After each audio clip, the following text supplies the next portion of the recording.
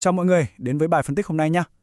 Thử nghĩ xem, đã bao giờ chúng ta cảm thấy hoàn toàn kiệt sức chỉ vì cứ phải gật đầu đồng ý, trong khi thâm tâm thì đang gào thét lên là không, tôi không muốn chưa? Chắc chắn là có rồi đúng không? Hôm nay, chúng ta sẽ cùng nhau bóc tách một thứ gọi là hội chứng đứa trẻ ngoan. Chúng ta sẽ đi sâu vào việc tìm hiểu xem, rốt cuộc thì tại sao mình lại cứ tự vắt kiệt sức lực chỉ để làm hài lòng người khác. Và quan trọng nhất này, chúng ta sẽ học cách để lấy lại quyền kiểm soát cuộc sống của chính mình. Vậy thì câu hỏi đặt ra là, tại sao một từ không ngắn ngủi chỉ có một âm tiết thôi mà lại khó nói đến thế?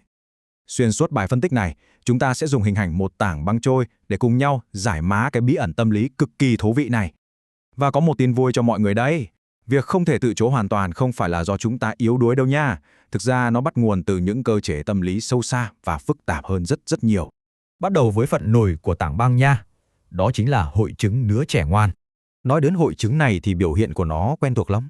Kiểu như là xin lỗi rối rít dù bản thân chẳng làm gì sai cả, hay là cứ hùa theo ý kiến đám đông, hoặc là né tránh xung đột bằng mọi giá.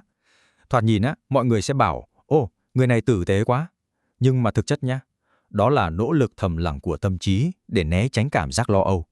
Về cơ bản, chúng ta đang đánh đổi sự thoải mái của chính bản thân mình chỉ để mua lấy một sự bình yên giả tạo. Vậy tại sao việc làm người khác phật ý lại đáng sợ đến thế? Hãy lặn xuống phần chìm của tảng băng để tìm hiểu về góc độ sinh học của sự từ chối nhé. Sự thật ở đây phải nói là vô cùng kinh ngạc.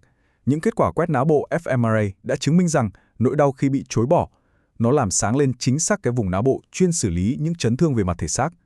Nghĩa là sao? Nghĩa là khi chúng ta sợ làm ai đó phật ý, não bộ lập tức phát ra tín hiệu cảnh báo y hệt như cái lúc mà chúng ta vô tình bị đứt tay hay là gãy xương vậy đó. Và cái thủ phạm tạo ra cảm giác đó có tên là DACC, dịch nôm na là vỏ não vành trước lưng. Đây thực sự là bằng chứng khoa học đanh thép nhất để khẳng định rằng cái cảm giác dằn vặt, day dứt khi phải nói từ không, nó không phải là do chúng ta quá nhạy cảm hay gì đâu.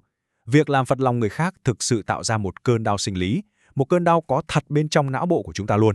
Lặn sâu xuống một chút nữa nha. Chúng ta sẽ bắt gặp một khái niệm trong tâm lý học chấn thương, đó là phản ứng lấy lòng. Chắc hẳn chúng ta ai cũng từng nghe qua 3 phản ứng sinh tồn kinh điển rồi đúng không? Chiến đấu, bỏ chạy hoặc đóng băng. Nhưng mà có một phản ứng thứ tư ít người biết đến hơn, đó là FON, hay còn gọi là phản ứng lấy lòng.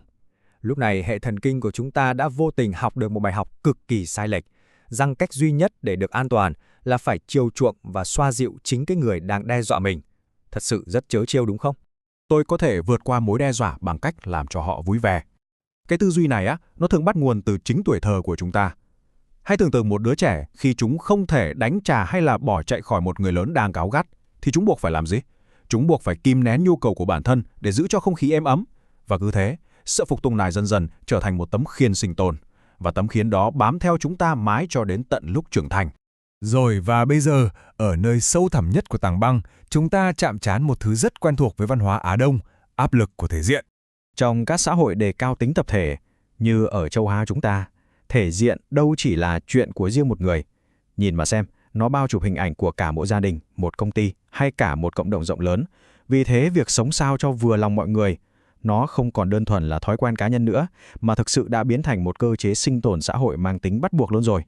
Sự khác biệt văn hóa ở đây thể hiện cực kỳ rõ rệt.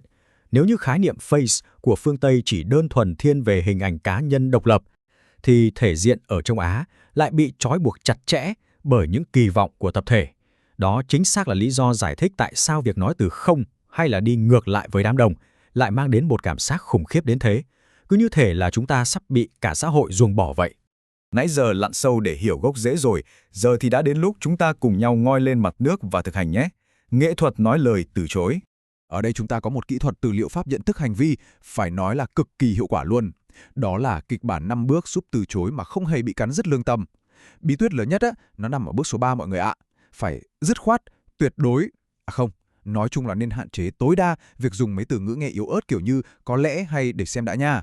Sự rõ ràng lúc này chính là lòng tốt lớn nhất mà chúng ta có thể dành cho đối phương và quan trọng hơn là cho chính bản thân mình nữa. Hoặc là có một cách khác cũng hay không kém, gọi là kỹ thuật sandwich.